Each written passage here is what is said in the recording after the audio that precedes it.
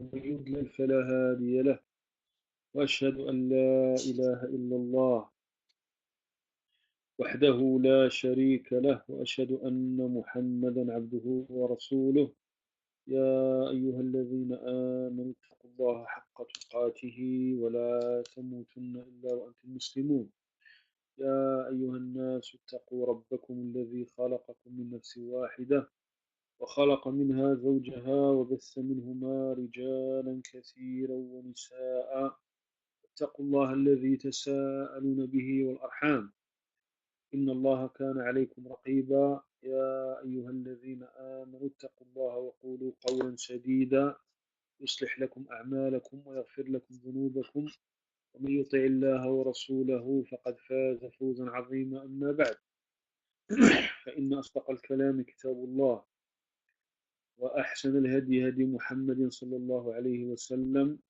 شر الأمور محدثاتها وكل محدثة بدعة وكل بدعة ضلالة وكل ضلالة في النار. Wir sind in der Frage 68. Sagt, was ist der Beweis aus dem Koran und der Höhe der Bezwingung? Wir haben letztens erklärt, dass die Höhe ist 3 Arten.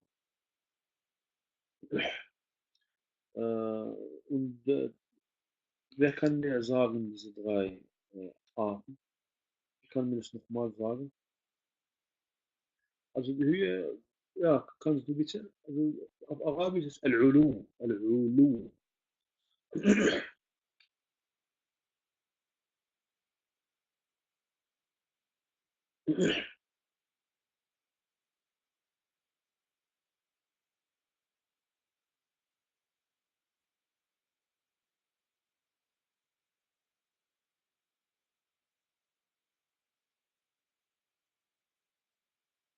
Ja, schreibst du da?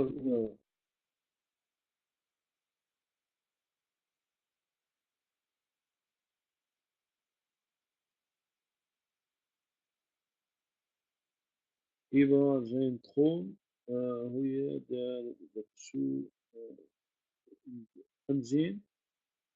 Drittens, Höhe der, das was wir jetzt haben, der Höhe der Bezwingung. Er sagt, also er hat viele Ayat, also die Übersetzung von Ayat, also wir haben viele hier. Er ist der Bezwinger über seinen Diener und er ist der Allweise und Allkundige. Und zweite Ayat, Preis sei ihm, er ist Allah, der eine der Allbezwinger. Dritter, wem gehört heute die Herrschaft? Allah, dem einen, dem Allbezwinger. Und hat viele andere Ayat. Frage 69. Welchen Beweis gibt es dafür in der Sunna? Dafür gibt es zahlreiche Beweise. Der Prophet sallallahu sagte, ich suche Zuflucht bei dir vor dem Übel jeden Viehs, welches du an seiner Sternlocke gepackt hast. Der Prophet sallallahu sagt, oh Allah, ich bin dein Diener, Sohn deines Dieners, Sohn deiner Dienerin. Meine Sternlocke ist in deiner Hand. Dein Urteil über mich wird immer aufgeführt. Deine Bestimmung wird für mich ist gerecht. Also das sind deutliche Beweise aus dem Koran und Sunna. Frage Nummer 70. Was ist der Beweis von der Höhe des Ansehens? Was muss negiert werden betreffend Allah subhanahu wa ta'ala? Er sagt, man soll wissen, dass Allah subhanahu wa ta'ala hohes Ansehen. Das ist, was seine Namen Al-Quddus, Al-Salam, Al-Kabir, Al-Muta'al einschließen und alles, was in ihren Bedeutung eingeschlossen ist, sowie alle Eigenschaften, die seine Hoheit und seine Erhabenheit verlangen. Allah subhanahu wa ta'ala ist erhaben in seiner Einzigartigkeit darüber, dass jemand einen Anteil an seinem Königsreich, seiner Unterwerfung hat und dass jemand sein Partner, Unterstützer oder Versprecher ohne seine Erlaubnis dafür ist. Allah ist erhaben in seiner Größe und seinen Stolz und in seinem Königsreich darüber, dass jemand sein Konkurrent oder sein Beschützer ist. Zeigt, das zeigt die Vollkommenheit der Herrschaft, Al-Rububiyya. Das hat mit Al-Rububiyya was zu tun. Allah ist erhaben in seiner Ewigkeit darüber, dass er eine Partnerin, einen Sohn und Vater und ihm Gleiches hat, ist erhaben in seiner Vollkommenheit des Lebens und in seinem sich selbst sein und in seiner Macht über den Tod, Schlummer, Schlaf und über Müdigkeit und Mattheit. Er ist erhaben in seiner Vollkommenheit des Wissens über die Unaufmerksamkeit und über das Vergessen darüber, dass ihm ein Stäubchen an Gewicht im Himmel auf der Erde entschwindet. Er ist erhaben in seiner Vollkommenheit, Weisheit und sein Lob darüber, dass er zum Spiel ohne Sinn erschaffen und dass er seine Geschöpfe ohne Verbot und Gebot, ohne Auferstehung und ohne Vergeltung lässt. Er ist erhaben in seiner Vollkommenheit, Gerechtigkeit, dass er jemandem ein Stäubchen an Gewicht Unrecht antut oder dass er jemandem in seiner Hasanat, Belohnung, beschneidet. Er ist erhaben in seinem vollkommenen Reichtum darüber, dass er ernährt oder versorgt wird, dass er abhängig von etwas ist. Er ist erhaben in seinen gesamten Eigenschaften, mit denen er sich selbst oder sein Prophet ihn beschrieben hat, ohne Abstellung, Stelllegung und ohne Vergleich. Priesen sei er, ihm gehört der Dank und mächtig und majestätisch und hoch erhaben ist er ist heilig über alles, was seine Anbetungswürdigkeit, Uluhiyya, Herrschaft, Ar-Rububiyya und seine hohen Eigenschaften gegeben. Das ist eine umfassende, sehr schöne Erklärung von Sheikh al-Hakami. Und das ist die Bedeutung von Ar-Rububiyya. Er hat das, er hat alles erwähnt. Also, äh, Allah, das sind die Bedeutungen von Ar-Rububiyya. Die Taten von Allah subhanahu wa ta'ala. Dann sagt er, Allah subhanahu wa ta'ala sagte, die Übersetzung, er hat die höchste Eigenschaft in den Himmel und auf der Erde, weil niemand mit Wahrheit und Recht angebetet wird außer er. Und er ist der Allmächtige und Allweise. Die Texte der Offenbarung aus Koran und Sunna dieses Kapitels sind bekannt und deutlich. Er sagt, was bedeutet die Aussage des Propheten sallam, in Bezug auf die schönsten Namen, wer sie auswendig lernt, wird ins Paradies eintreten.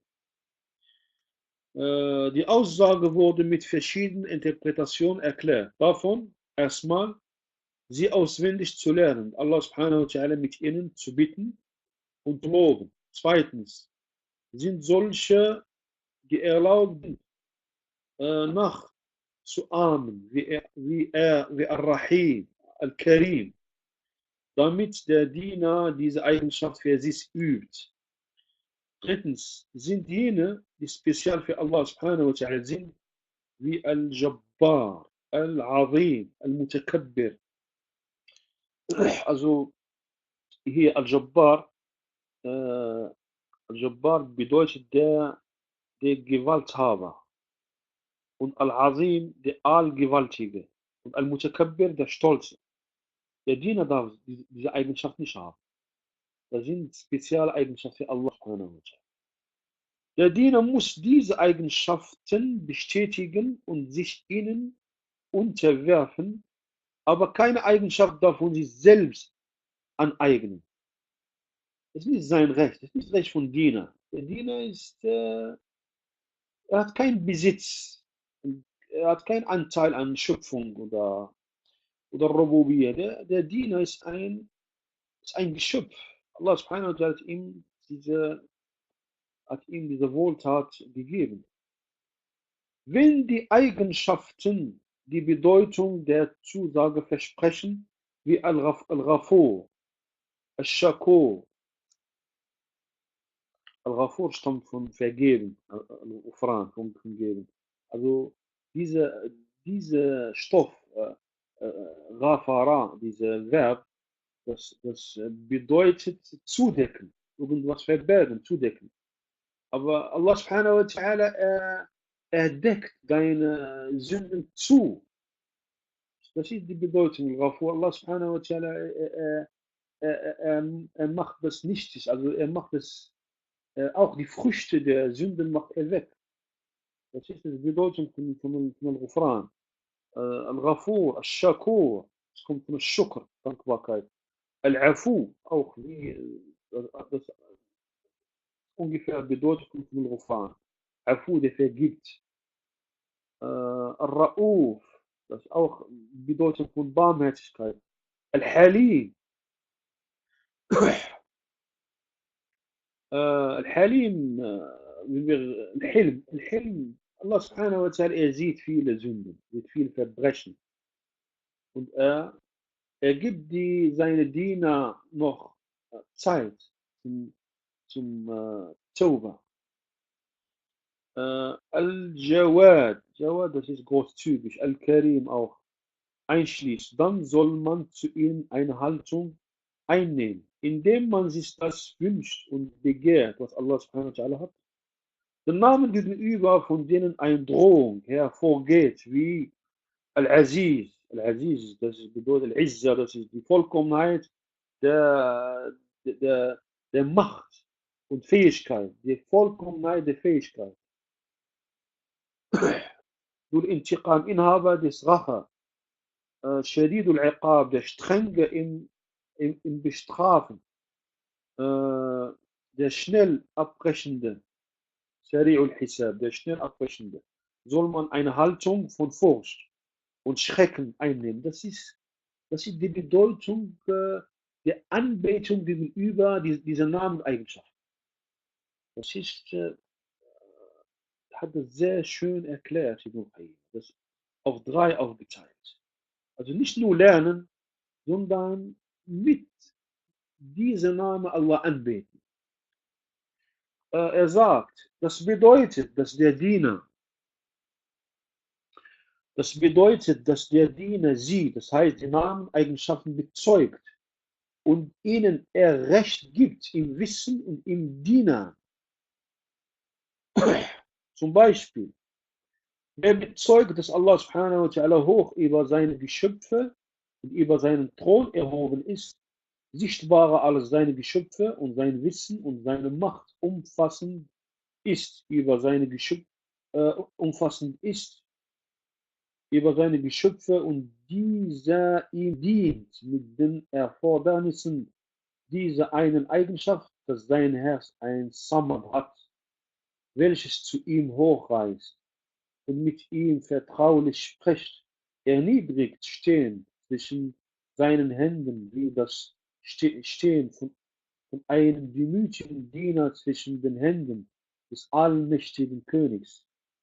Der fühlt, dass sein Sprechen und seine Taten zu ihm aufsteigen und ihm vorgelegt werden. Er schämt sich, dass irgendein Sprechen oder eine Tat von ihm, welche hochgestiegen ist, ihm Schande bereitet.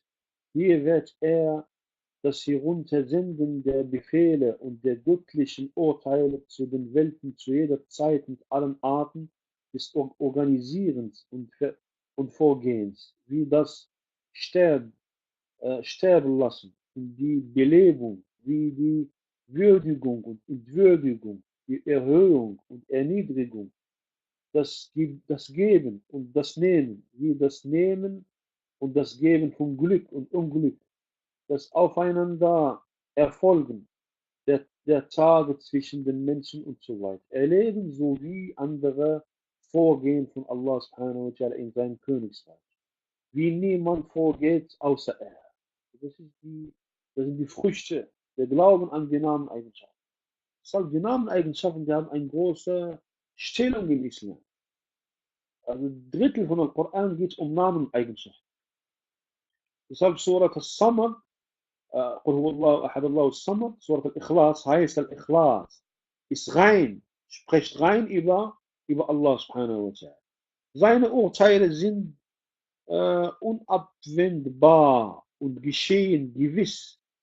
wie es möchte. Allah subhanahu wa ta'ala sagt, er regelt die Angelegenheit vom Himmel bis zur Erde.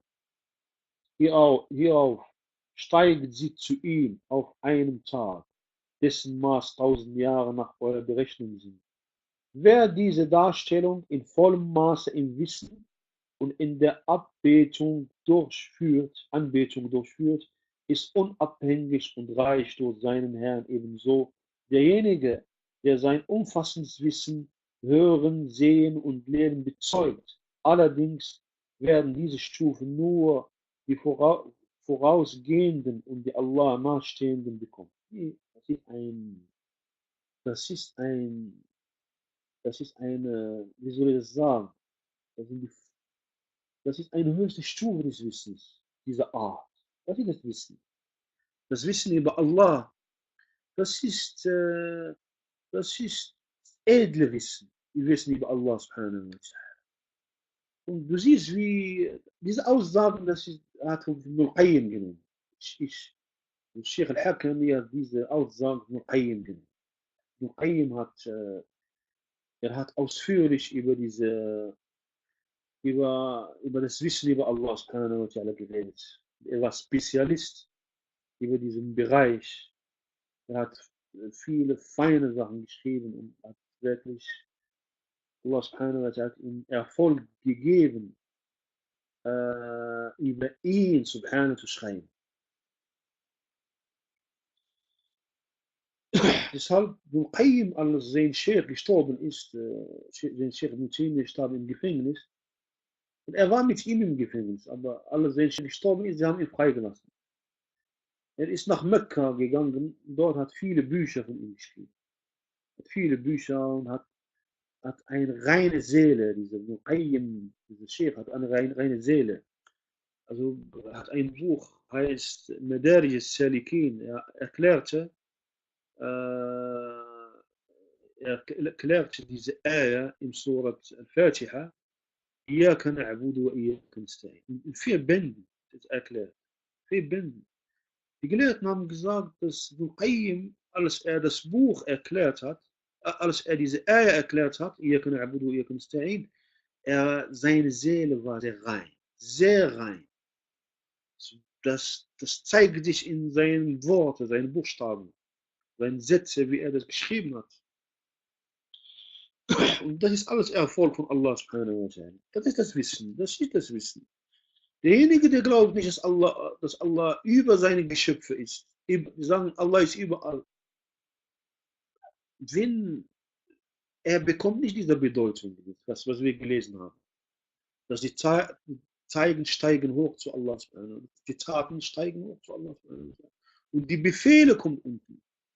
Deshalb, du siehst, also es gibt eine schöne Aussage von Qayyim in seinem Buch Madarij al-Salikin, das gebe ich euch. Also Ibn Qayyim hat gesagt, das ist mein Kopf geblieben, diese Aussage. Er hat erklärt die Namen Allah und die Namen Ar-Rabb. Die Namen Allah und Ar-Rabb, davon kommt Al-Uluhiyya und Al-Rububiyya, Herrschaft und Anbetungswürdigkeit. Er sagt, die Geschöpfe, die Menschen, die sind alle unter der Herrschaft. Also die Namen Ar-Rabb hat die Menschen alle gesammelt. Also alle sind Diener. Aber Al-Uluhiyya, er hat den gespalten. Manche haben Allah angebetet, manche nicht. Deshalb in Bezug auf Al-Uluhiyya, du findest, es gibt Leute, die haben Allah angebetet und Befehle, Uluhiyya und Befehle. Es gibt manche, die haben Allah angebetet, manche nicht. Aber in Bezug auf Al-Rububiyya sind die alle unter der Herrschaft von Allah. Und er hat das sehr ausführlich erklärt mit schönen Worten. Deshalb ich sage, dass Sheikh al-Hakami hat diese Worte von Ibn Qayyim genommen. Frage 72. Was ist das Urteil von Tawhid al-Asma und Sifat? Was ist das Gegenteil, nicht Urteil? Was ist das Gegenteil von al-Asma und Sifat? Er hat über Tawhid al-Rububiyyah geredet, er hat über das Gegenteil, er hat über Tawhid al-Uluhiyyah geredet, über das Gegenteil. Jetzt redet er über das Gegenteil von al-Asma und Sifat. Al-Asma und Sifat, das sind die Nameneigenschaften. Sein Gegenteil ist die Ketzerei, al-Ilhad. Also ich habe unten ein Fußnote, also diejenigen, die das Buch haben. Also hier Al-Ilhad, Ketzerei bedeutet in der arabischen Sprache Schrägheit, Neigung und Abweichung von der Wahrheit. Deshalb nennen wir den Ketzer Mulhid, weil er von der Wahrheit abweicht. Das ist die Bedeutung von Al-Ilhad. Sein Gegenteil ist die Ketzerei, Ilhad, in Bezug auf die Namen, Eigenschaften Allah, sowie in Bezug auf seine Ayat. Es ist in drei Arten aufgeteilt. Ilhad al-Mushrikin, Atheismus der Polytheisten, Beigeselle. Was haben diese Beigeselle gemacht? Das sind diejenigen, welche die Namen Allahs aus ihrer Wahrheit verdrehen, das heißt ihren Sinn instellen, damit ihre Götzen benannt haben mit Hinzufügung und Wegnahme. Sie haben Allat. Allat ist ein Götze, ein Araber, der Zeit des Propheten, Allat. Aber diese Allat, die haben das von Allah abgeleitet, mit Hinzufügung und Wegnahme. Al-Uzza, das ist auch ein Götze, die haben das von Al-Aziz. Und Mana haben das von Al-Mannan, der Wohltäter, abgeleitet. Also hier steht Mana, ein Fußnote, dies war der älteste Götze der Araber. Sie war am Strand von, von Hadid, ich glaube von Taif muss es sein. Äh, Zweitens, Ilhad al-Mushabbiha. Ilhad al-Mushabbiha. Atheismus, diejenigen, die Eigenschaften von Allah subhanahu wa ta'ala mit den Eigenschaften seiner Geschöpfe vergleichen. Und diejenigen, die das wie beschreiben. Diese Art, also es gab keine Gruppierung mit dieser, es gab Leute, die haben das so gemacht, aber es gab keine Gruppierung, die hatten Prinzipien und so, die haben das Regeln. Es gibt manche in der Geschichte, haben sowas gemacht, aber es gab keine Gruppierung. Diese Art von Atheismus ist die Gegenseite von Ilhad al-Mushrikin. Jene, also Ilhad al-Mushrikin, setzen den Herrn der Welten mit seinen Geschöpfen gleich.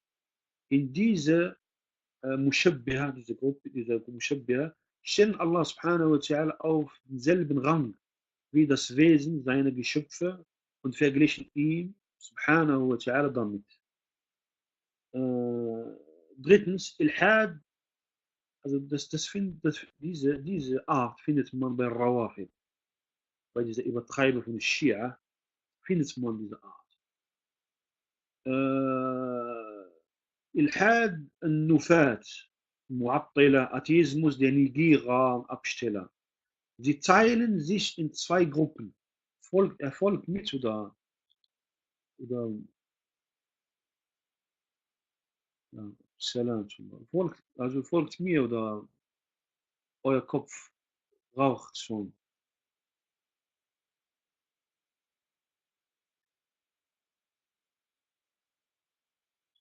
Ja, das Wissen braucht Geduld. Das Wissen braucht Geduld.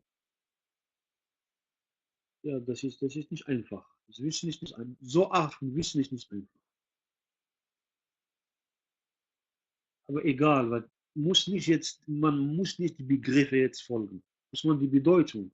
Weil ich sage immer Mushabbih, dann sage ich auf Deutsch zum Beispiel Ilhad al-Mushabbih, du siehst nicht, aber dann kommt Atheismus derjenigen, die Eigenschaft von Allah, dann du hast die Bedeutung. Hauptsache, du weißt, was die Bedeutung ist. Drittens, Ilhad al-Nufad, dann kommt Atheismus der Negierer. Das ist ein Fehler im Studium, dass man folgt immer die Worte. Manchmal in der Moschee, wenn ich im Vortrag oder im Jumu'ah bin, wenn ich irgendeinen Denker erwähne, und die Leute, die folgen nicht die Bedeutung. Ich sage, ja, wir kennen nicht diese Leute. Ist egal. Also, wenn ich sage, jemand heißt Max oder Allah, was, okay, folgen nicht die Namen.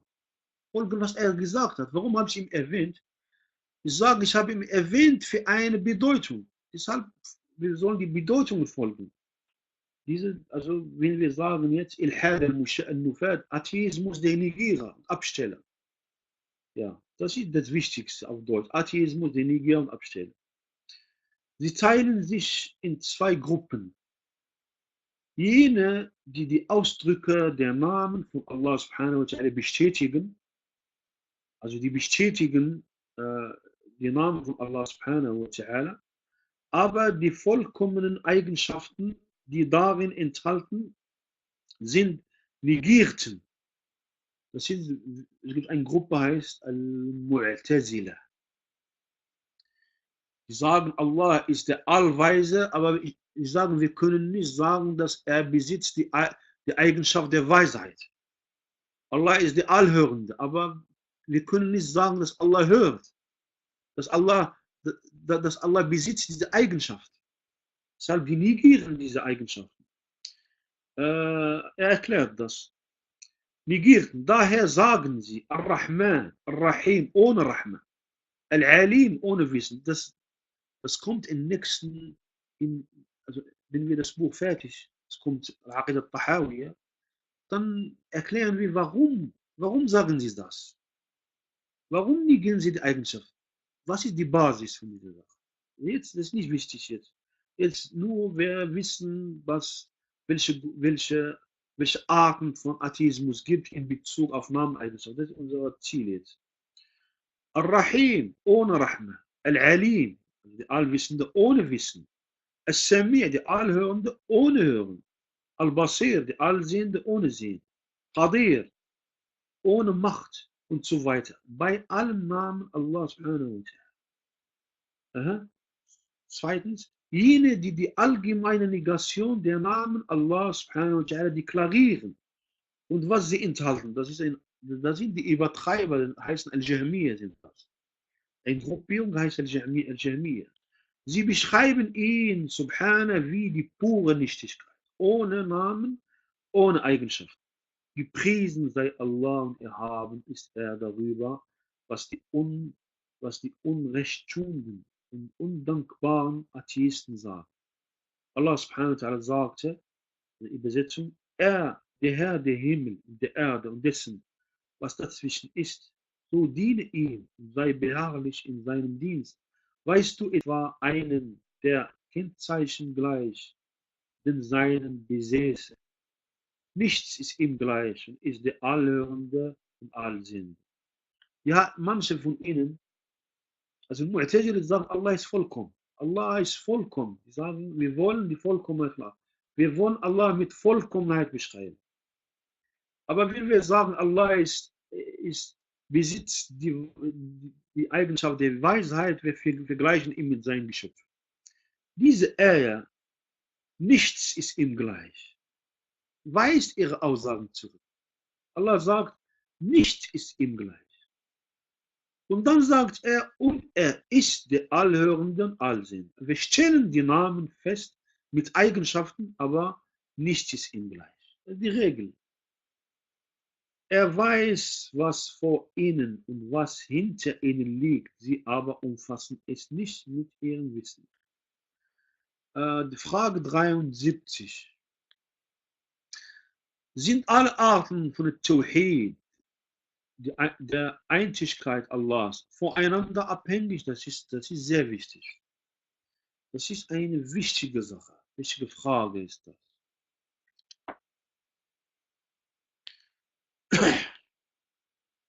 Ja, die sind voneinander abhängig. Jeder, der eine Art des Tawhid etwas beigesellt, ist ein Polizist für den Rest.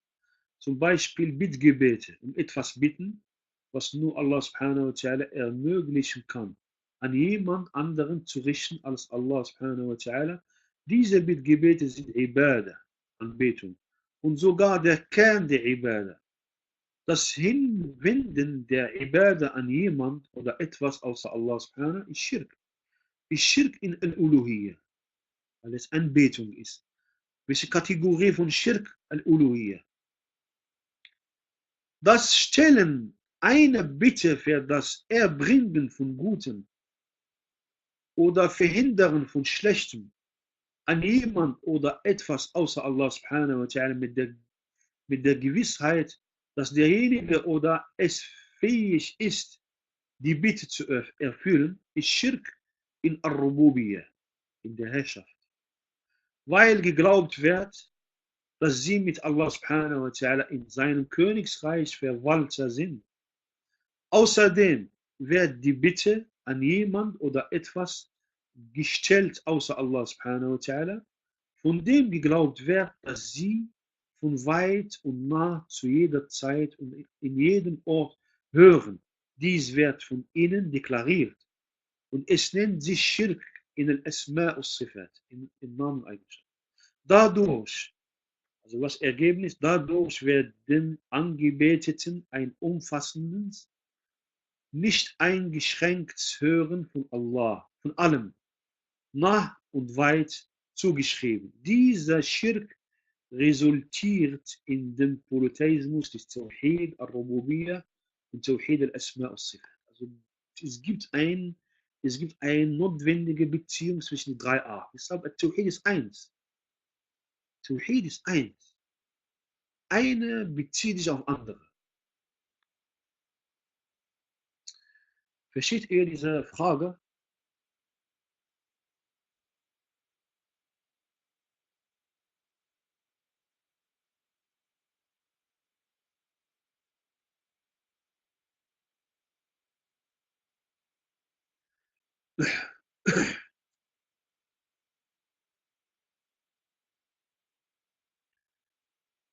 Dann Frage 74. Was ist der Beweis aus Koran und Sunna über Iman an die Engel? Er hat jetzt gesprochen über Iman an Allah. Das Buch geht um die sechs Säulen von Iman. Er redete, also bis jetzt über Allah. Jetzt redet er über die Engel. Was ist der Beweis aus Koran und Sunna über den Iman, über Glaube an die Engel? Ja? Also ich höre jetzt auf. Das ist die Frage 74. Und es wird äh, es wird ein Zwischenprüfung sein, inshallah.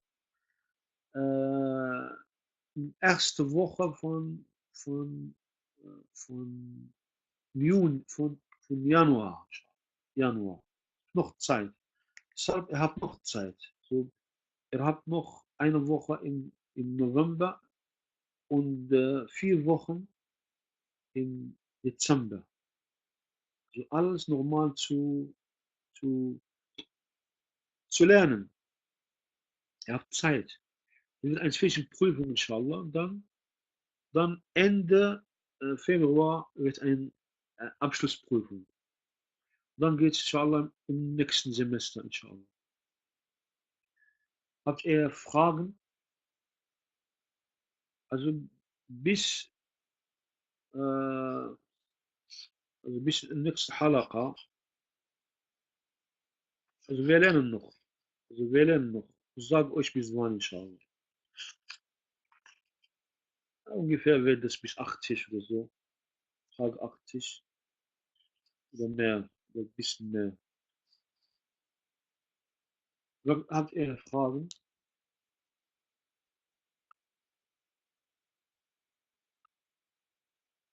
فيكم بارك الله.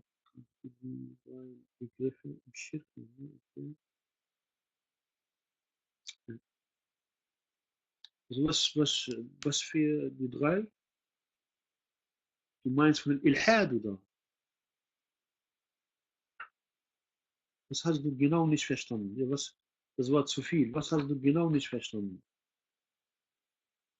Also erstmal, also ich gebe euch einen Rat. Hört erstmal die Halaqa nochmal. Also ihr hört diese Halaqa. Wenn jemand eine Frage über die letzte Halaqa hat, kann sie stehen. Aber diese Halaqa, diese das, er geht also hart nach Hause. Ja, und ich werde das hochladen. Ihr hört das nochmal alles. Das ist die beste Methode. Also man hört das nochmal, dann man schreibt seine Fragen. Also was man nicht verstanden hat. Das ist sehr gut. Man bearbeitet die Halaqa richtig und schreibt, immer hat man so ein Heft haben, wo die Fragen geschrieben werden. Äh, dann sagst du, warum ist das so, warum ist das so? Genau, das ist besser. Aber muss er mit dem Stoff was machen erstmal. So Mühe geben mit dem Stoff, zu verstehen. Und dann, wenn hört mich,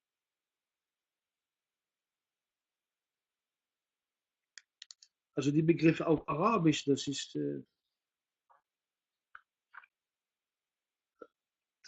denke nicht daran, die Begriffe auf Arabisch jetzt. Das kommt noch, das kommt noch. Das wird noch kommen im anderen Semester. Das ist jetzt das Wichtigste jetzt ist ein Vorstellen, ein Bild haben über die Themen jetzt. Also man soll ein Bild haben über die Themen, über diese Aufteilungen. Aber das ausführliche Studium über Aqidah, richtig, das kommt im Aqidah Tahawiyya dann. Aqidah Tahawiyya dann, ab jetzt muss man Vorstellungen haben über zum Beispiel Tawhid al-Uluhiyya, äh, sein Gegenteil ist Schirk, große Schirk, kleine Schirk, was ist große Schirk, was ist kleine Schirk. Tawhid al-Asma und Sifat, dann auch diese drei, was ich gesagt habe. Das ist der Atheismus von den Mushabbiha, von den Mushrikin, von der Zeit des Propheten, Al-Mushabbiha und von Negira. Ja? Das sind drei. Nur so allgemein. Das ist jetzt Zweck von des Buches.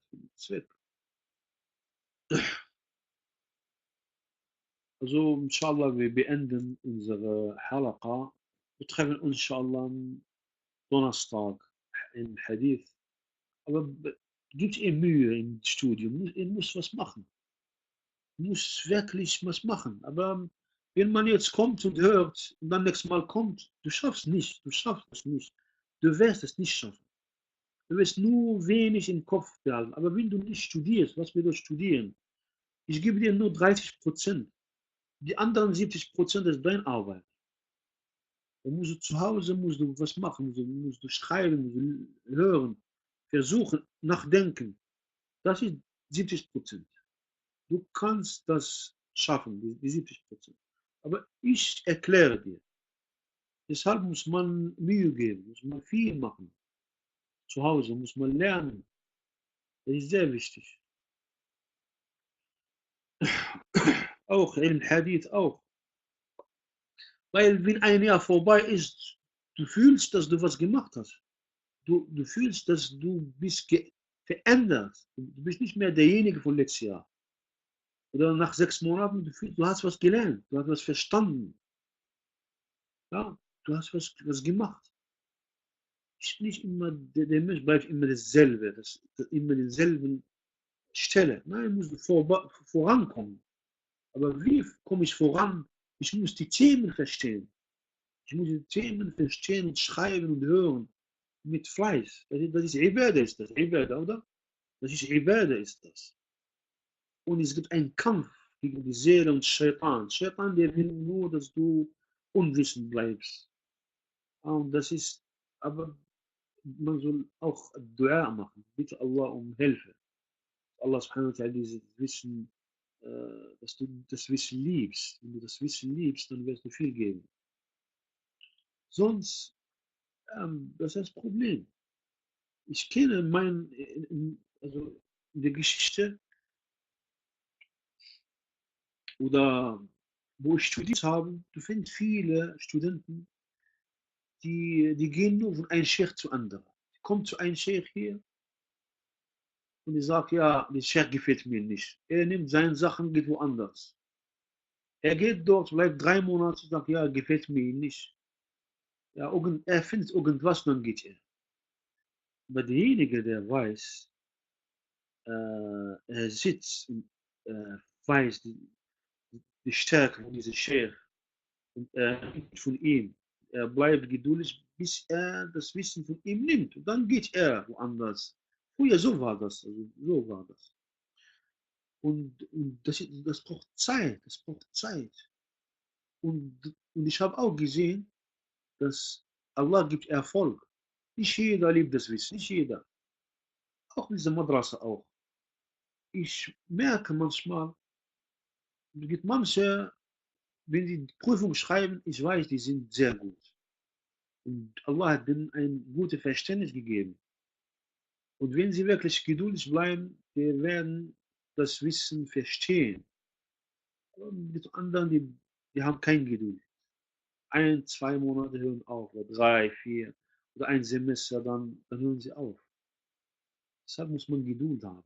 Muss man sehr geduldig ist, bis Allah subhanahu wa ta'ala ihm Erfolg gibt. Dann beenden wir unsere Halaqa. سبحانك اللهم وبحمدك أشهد أن لا إله إلا أنت أستغفرك وأتوب إليك السلام عليكم ورحمة الله وبركاته